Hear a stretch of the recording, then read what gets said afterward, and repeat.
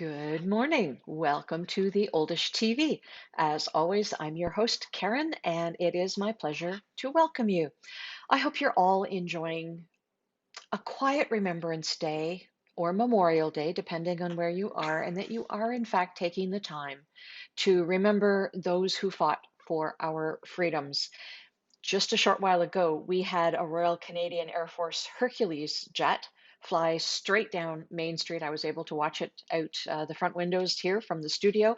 And as it happened, we are on the flight path for the 2020 Remembrance Day flight.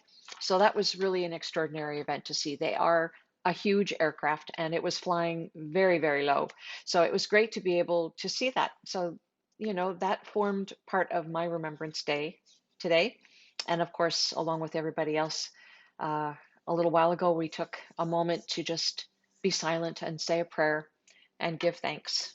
So I hope that you are having a lovely day. Today, I want to talk to you about something that occurred in my business life, and I'm going to relate it to you.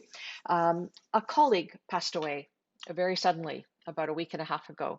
And when I say colleague, I've talked many times on this program about how I am the board chair for our hospital board this year. It's a board I've been on for this is my ninth year now, and this year I serve as chair. And our CEO passed away very suddenly, and I mean, certainly he was somebody that those of us on the board and others in the organization worked with closely. But when something like that happens, it throws an organization into crisis management, not because we don't know what to do, but because it's an unexpected event and something that is certainly an abnormal event in our day to day lives. But, that happens in our day to day life as well. So I wanted to talk to you about it today and relate what we did in our crisis management process to what you can do in your life for yourself. I have a friend who's a chef who has a saying that always makes me giggle a little. It's the 5 P's. Prior preparation prevents poor performance. He is a huge believer in being prepared for any eventuality in his professional life. And I am too. I believe in that. And as an organization, our hospital certainly has a book full, several books full probably, of policies that we can follow. And this was no different. There were policies to follow, and we did. So, you know, let's start by saying that if somebody in your life passes away suddenly or has anything happen that is out of the norm of your day-to-day routine. That could be a car accident, it could be a heart attack, it could be an unexpected surgery that takes you out of the loop for 6 weeks. It could happen to you or it could happen to someone you love.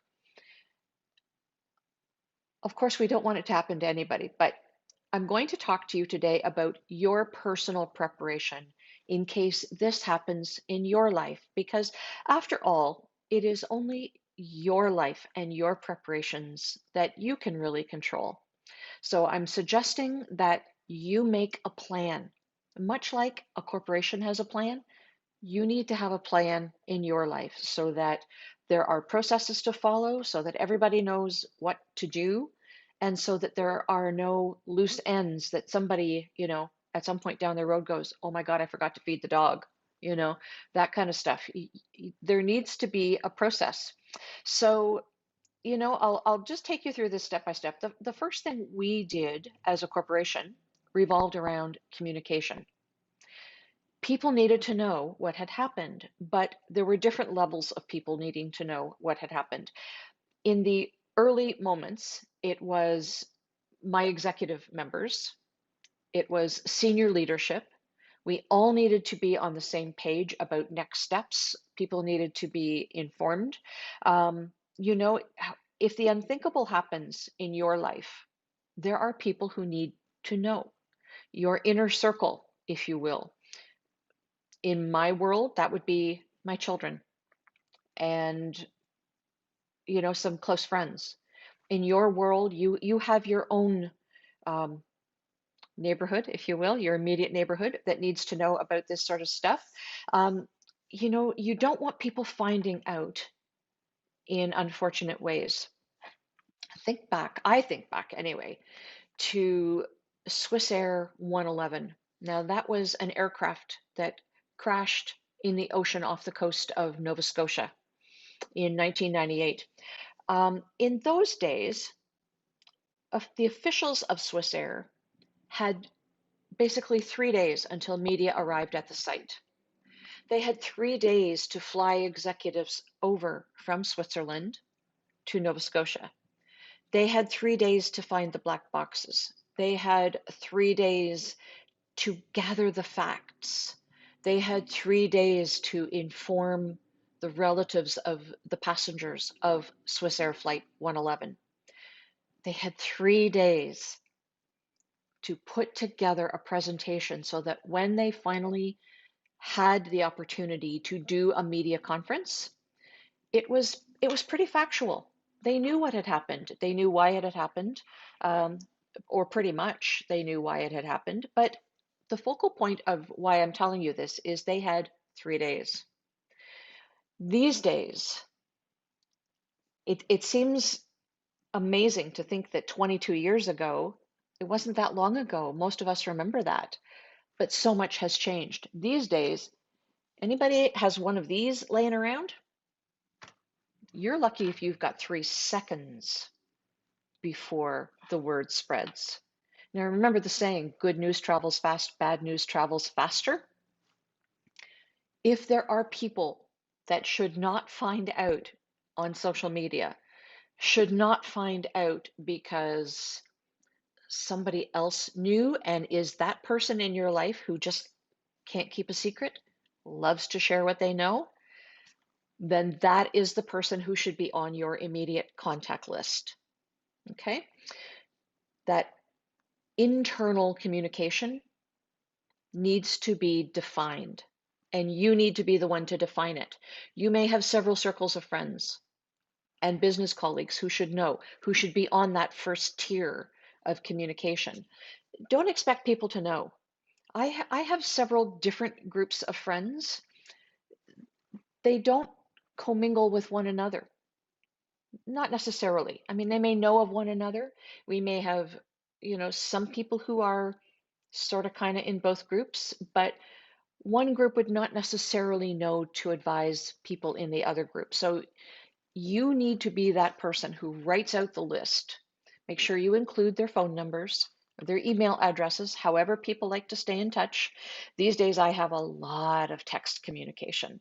I mean, it's COVID, right? We're not seeing each other socially the way that we normally do. So my text conversations are very, very active.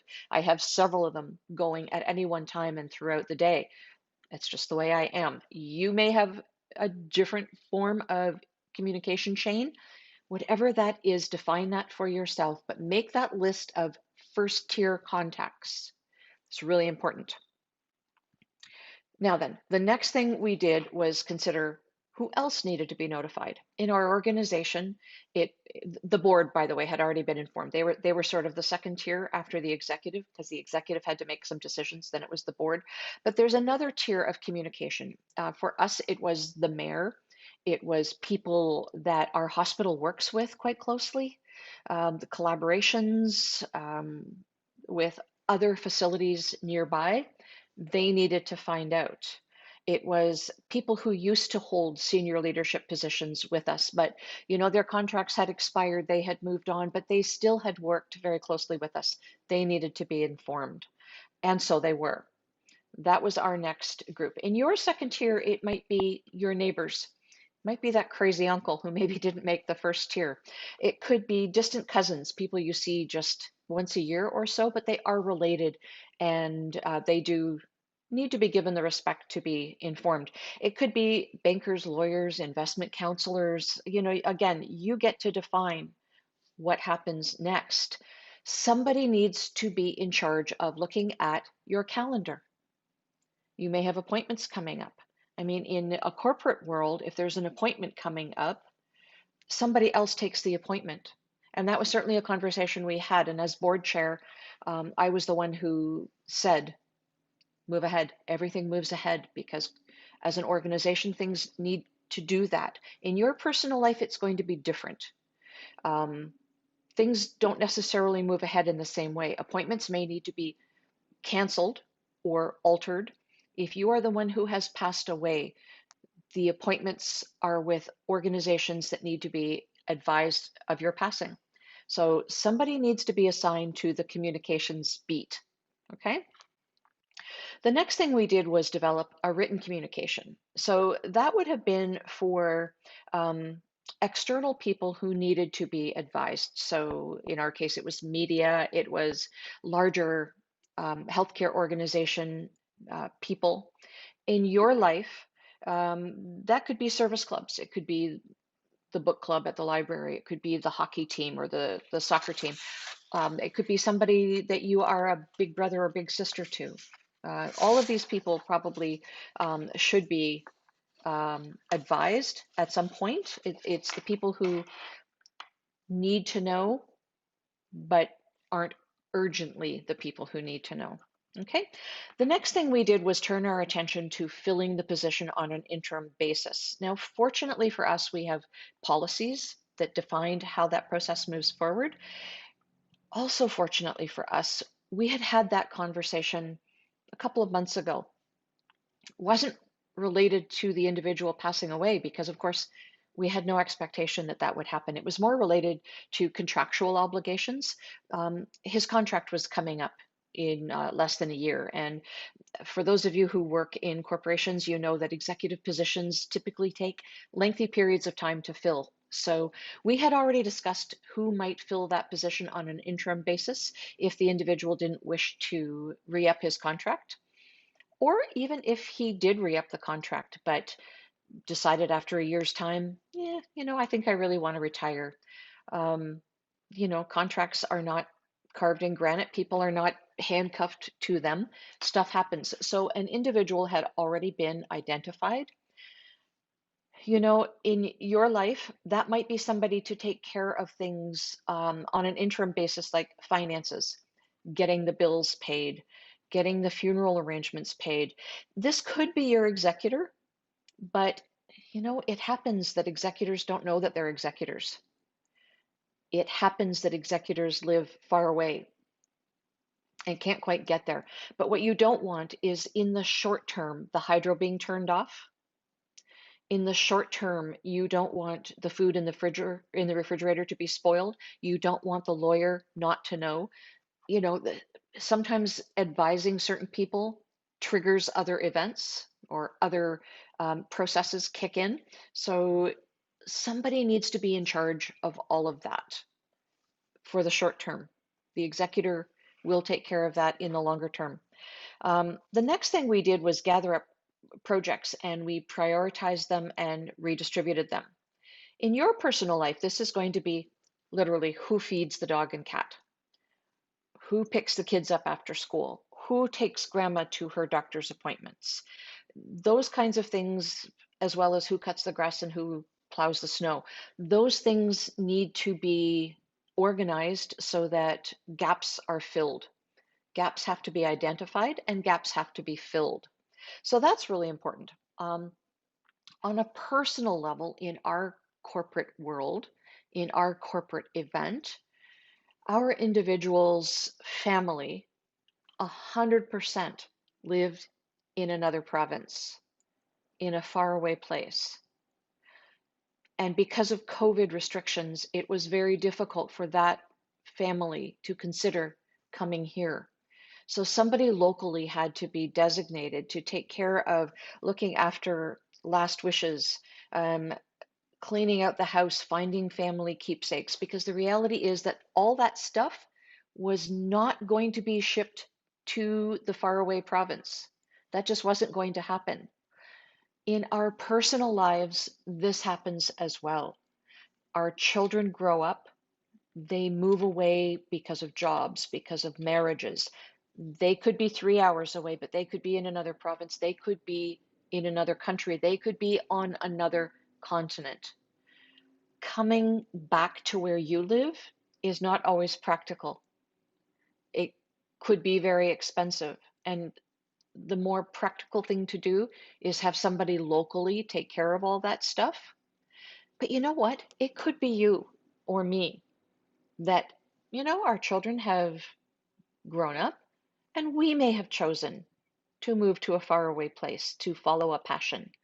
The path not followed, have a different experience. So we could literally be the one in the faraway place. So if that is you, if you are the person in a faraway place, make sure you have somebody locally who can stand in for your loved ones should the unthinkable happen. This is your list to make, remember. So, you know, all of this stuff needs to be looked after. All the while, as all of this is happening, people are grieving. People grieve in different ways. In our organization, there are people, I mean, everybody certainly knew what this gentleman looked like and had some level of interaction with him, but not everybody worked closely with him. So everybody was sad, but the people who worked closely with him were grieving in a different way, on a different level. That will be the case in your personal life too. People will grieve in different ways and on different levels. And of the people who knew you very well or know you very well now, there will be people who are able to just dig in and get things done.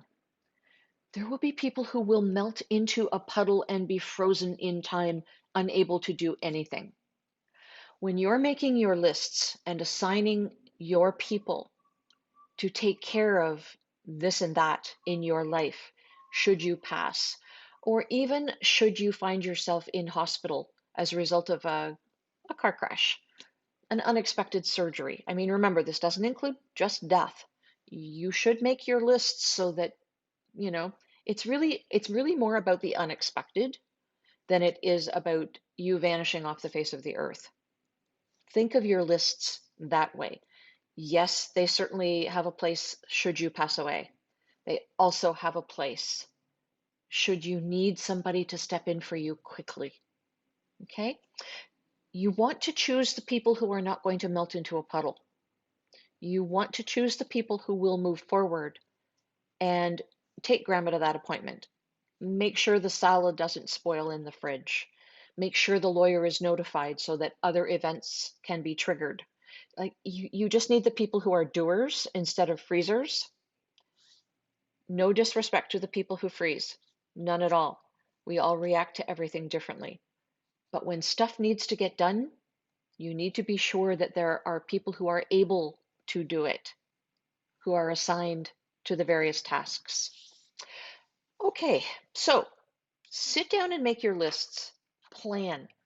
Prior preparation prevents poor performance. I'm going to, remind you again of the saying that my friend the chef constantly says. He says it to his staff all the time, but he says it to his friends too. The 5 Ps. All right.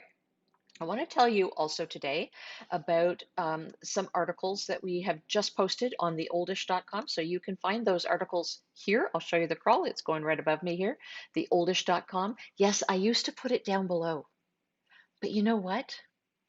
There are captions that end up down below here, and they go right over top of this. So to avoid confusion, I moved the crawl. But let me show you a couple of things that we have posted. This has been posted. And I feel like this is something that we need to be aware of in COVID times. People are reacting to stress in different ways. And eating disorders, in a world that we don't control, an eating disorder can be the one thing that somebody feels they can control. So that is an article that was just posted this morning. I will remind you of another article that we posted.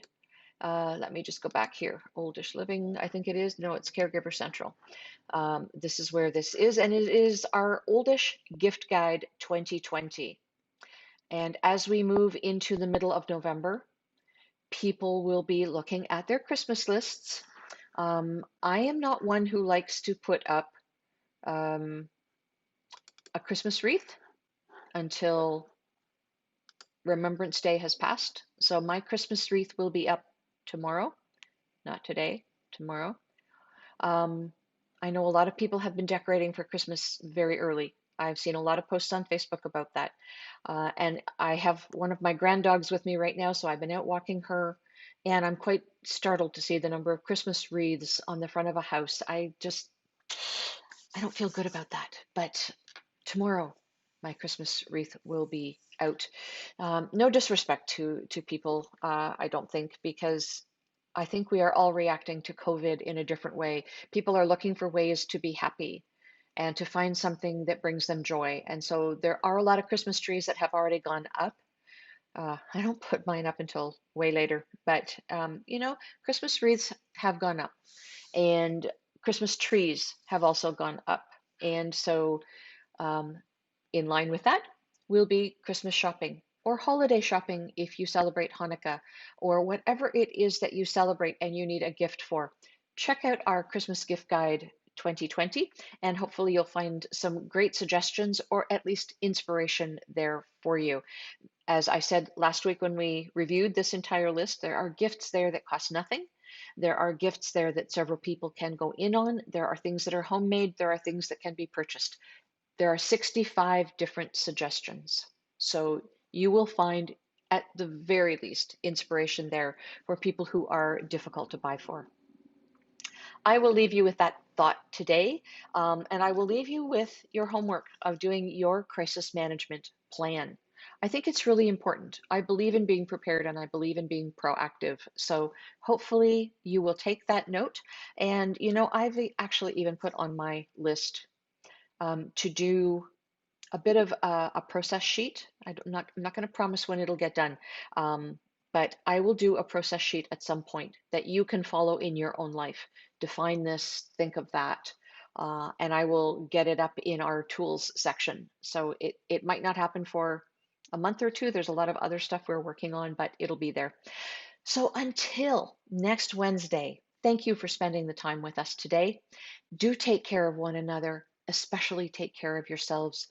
Do remember that it takes a village to age a senior. Thank you, everybody. Be well.